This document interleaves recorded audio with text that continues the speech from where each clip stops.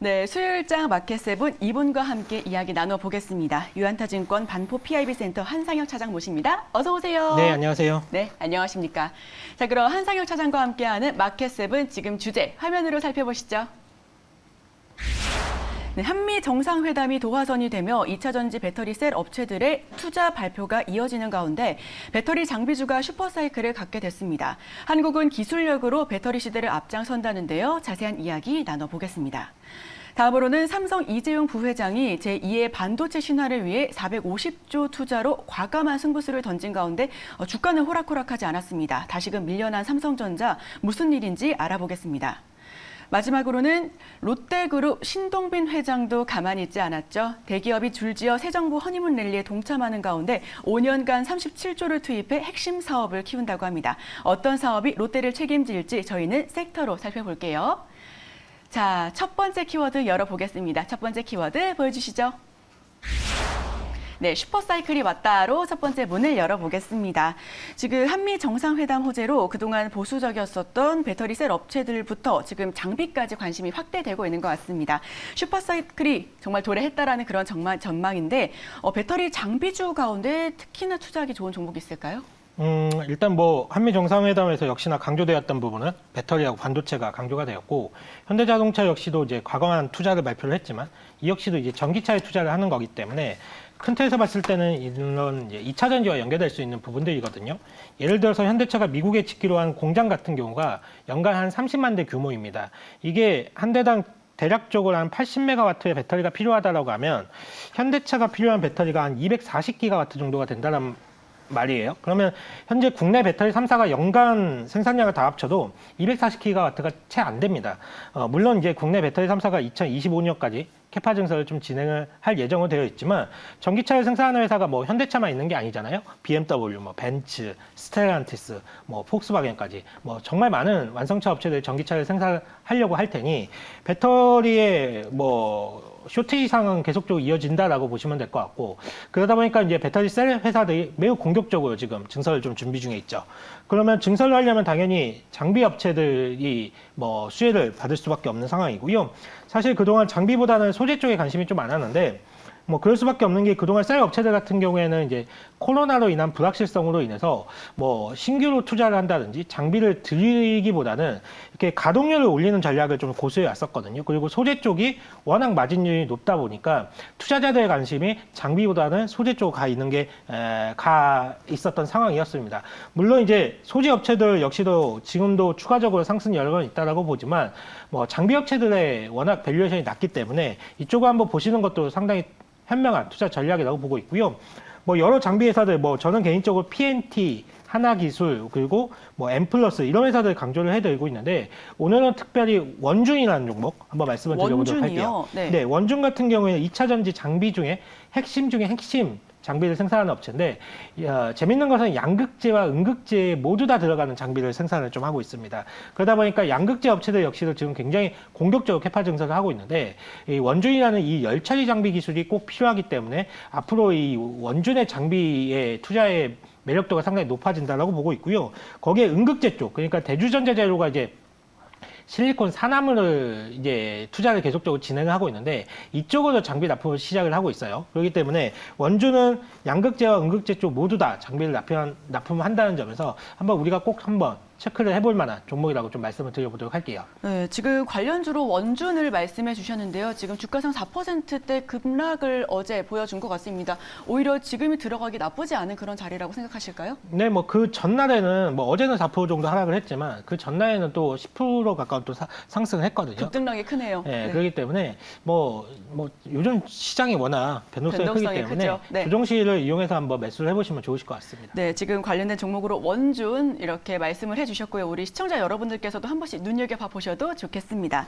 지금 최근 전 세계적으로 배터리 수요가 급등하면서 여기에 필요한 원자재 가격도 급격히 올라가고 있습니다. 국내는 어떻게 대응하고 있습니까? 그러니까 이렇게 원자재 가격이 급등하면 우리나라처럼 자원 빈국의 입장에서는 관련된 이슈에 굉장히 예민해질 수밖에 민감하죠. 없는 네. 상황이거든요. 그래서 언제든지 수급 공백이 생길지 모른다는 불안감이 좀 있습니다. 2차 전지 쪽도 그러다 보니까 이 폐배터리 활용에 대해서 상당히 강조를 할 수밖에 없고 이쪽이 중요하게 여겨질 수밖에 없어요. 그러니까 한 번 사용한 배터리에 그런 희귀금속을 재사용하거나 재활용한다라고 했을 때 원자재 가격 안정에 크게 도움을 좀 줄 수가 있는 부분이고요. 희귀금속을 활용을 최소화시키려는 뭐 또 그런 기술 개발도 열심히 연구를 개발을 좀 하고 있습니다. 대표적인 게 이 코발트 프리 배터리의 활용인데요. 코발트 자체가 대부분 아프리카 콩고 지역에 대부분 매장이 되어 있고 이걸 또 이렇게 캐내는데 상당히 좀 어려움이 좀 많은 금속이에요. 그러다 보니까 이 코발트를 최대한 안 쓰려는 배터리 업계의 노력이 좀 연구 개발이 진행이 되고 있는데 양극재 업체들이 이렇게 하이니켈 배터리에 집중하는 이유도 코발트 함유량을 한번 줄여보자라는 뜻입니다. 물론 이제 니켈 비중을 높여가지고 주행 거리를 올리겠다는 생각도 있지만 코발트 함유량을 낮춰줄 수가 있다라고 하면 배터리 원가 절감에 상당히 도움이 되거든요. 그래서 뭐 지금 뭐 기술 개발이 되고 있습니다. 뭐 유기물 배터리를 활용하는 방법도 있고 하지만 이거는 뭐 워낙 연구 개발 초기 단계이기 때문에 뭐 가야 할 길이 멀다라고 보여지고 현실적으로 봤을 때 지금 상황에서는 이 폐배터리를 재활용하는 것이 거의 뭐 유일한 방법이다라고 좀 말씀을 드려보도록 할게요. 네, 국내는 지금 폐배터리를 재활용하는 방법이 유일하다라는 말씀을 해주셨습니다. 자, 그럼 저희 다음 키워드 오픈해 보겠습니다. 다음 키워드 보여주시죠. 벌써 이 단어만 보더라도 참 아쉽습니다. 바이든 휴가가 벌써 끝난 것 같습니다. 특히 한미 반도체 동맹을 뒤로 하고 자동차는 그래도 계속해서 이제 사이클이 돌아주는 것 같은데 반도체는 약세장에 진입한 것처럼 보일 정도로 굉장히 아래 폭을 넓혀 나가고 있는데요. 삼성전자와 SK하이닉스 등 국내 반도체 종목들 하락폭이 큰 이유가 중국발 오더컷 때문일까요? 뭔지 자세하게 설명 부탁드릴게요. 삼성전자와 SK하이닉스가 이제 어제 비교적 좀 많이 조정을 겪었기 때문에 국내 증시가 좀 더 어려웠던 상황을 만들었던 것 같아요. 우선 발단은 이제 시장에서 루머가 돌았어요. 그 미국 업체들과 중국 업체들에서 서버 쪽의 오더컷, 그러니까 주문 축소 가능성이 좀 대두가 됐다. 뭐 이런 부분이 좀 나왔는데, 일단은 향후에 이제 뭐 수요 감소, 그리고 가격이 빠질 거라는 우려감 때문에 투자자들이 급히 좀 매도물을 좀 내놓은 것으로 보여집니다. 하지만 소문이 사실일 가능성은 좀 제한적이라고 보고 있고요. 미국 업체들 오더컷이 아직까지 구체화된 사실은 제가 알기로는 없습니다. 제가 알기로는 없고 중국향 수요 역시 이미 일부 업체를 제외하고는 거의 없는 것과 마찬가지이기 때문에 루머의 근거로는 좀 부족하다라고 좀 생각을 하고 있어요. 아무래도 하락하는 주식시장 그리고 치솟는 인플레이션 그리고 사실 전일 미국의 이제 스냅이라는 회사가 매출과 영업이익에 대한 가이던스를 대폭 낮춰 잡으면서 이런 빅테크 기업들의 투자가 줄어들 것이라는 우려감이 이런 오더컷이라는 이런 루머를 좀 만들어낸 게 아닌가라고 좀 생각을 하고 있고요. 전반적으로 분위기가 좀 눅눅해진 건 맞는데 그렇지만 이제 최근에 마이크론의 이제 계약을 본다라고 하면 3년짜리 고정 계약으로 좀 이렇게 체결시키는 경우가 좀 보이고 있거든요. 이거는 공급자 우위 시장이 아니라면 절대적으로 체결될 수가 없는 가격입니다. 그렇기 때문에 중국의 이제 코로나 봉쇄로 전반적으로 IT 수요가 감소화된다는 우려감 이런 것들은 어쩔 수 없다라고 보지만 이미 삼성전자와 SK하이닉스 주가에 대부분 반영된 이슈거든요. 그렇기 때문에 지금으로서 매도로 대응하는 것은 그리 현명한 전략이 아니다라고 좀 보고 있습니다. 네, 지금은 기다릴 타이밍인 것 같습니다. 그럼에도 불구하고 인텔에 이어 AMD도 DDR5 관련 지원을 나선다라고 합니다. 국내 반도체 그리고 바이든 휴가를 지금 오래 보지 못하지 않았습니까? 그러면 그 대신해서 DDR5 관련 모멘텀으로 기회를 엿볼 수 있을까요? 충분히 엿볼 수 있죠. 이게 DDR5가 충분히 뭐 시장에 먹힐 수 있는 그런 재료라고 좀 보고 있는데 기본적으로 DDR5 가격이 DDR4보다는 가격이 2배 정도 비싸죠.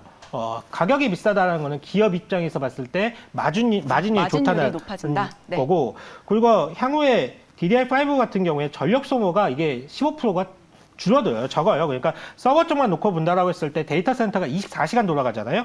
그래서 당연히 전력에 대한 고민이 할 수밖에 없는 건데 DDR5가 그만큼 필요한 전력을 줄여줄 수가 있는 거죠. 그러니까 쉽게 말해서 효율은 높은데 전기세는 줄여준다는 거예요. 그래서 DDR5와 관련된 모멘텀은 충분히 시장에서 받을 수 있다라고 보고 있고요. 관련 업체로는 뭐 대표적으로 기판을 만드는 뭐 심텍이라든지 코리아 서키트가 있을 수가 있고, DDR4에서는 채택되지 않은 그 메탈 파워 인덕터라는 부품이 새롭게 채택이 되기 때문에 아비코 전자가 수혜 강도가 매우 클 수가 있습니다. 그리고 또한 DDR5의 칩 크기가 커지기 때문에 이 소켓과 관련된 ISC까지 한번 수혜를 입어볼 수가 있기 때문에 이런 종목도 잘 체크를 해보시면 좋으실 것 같습니다.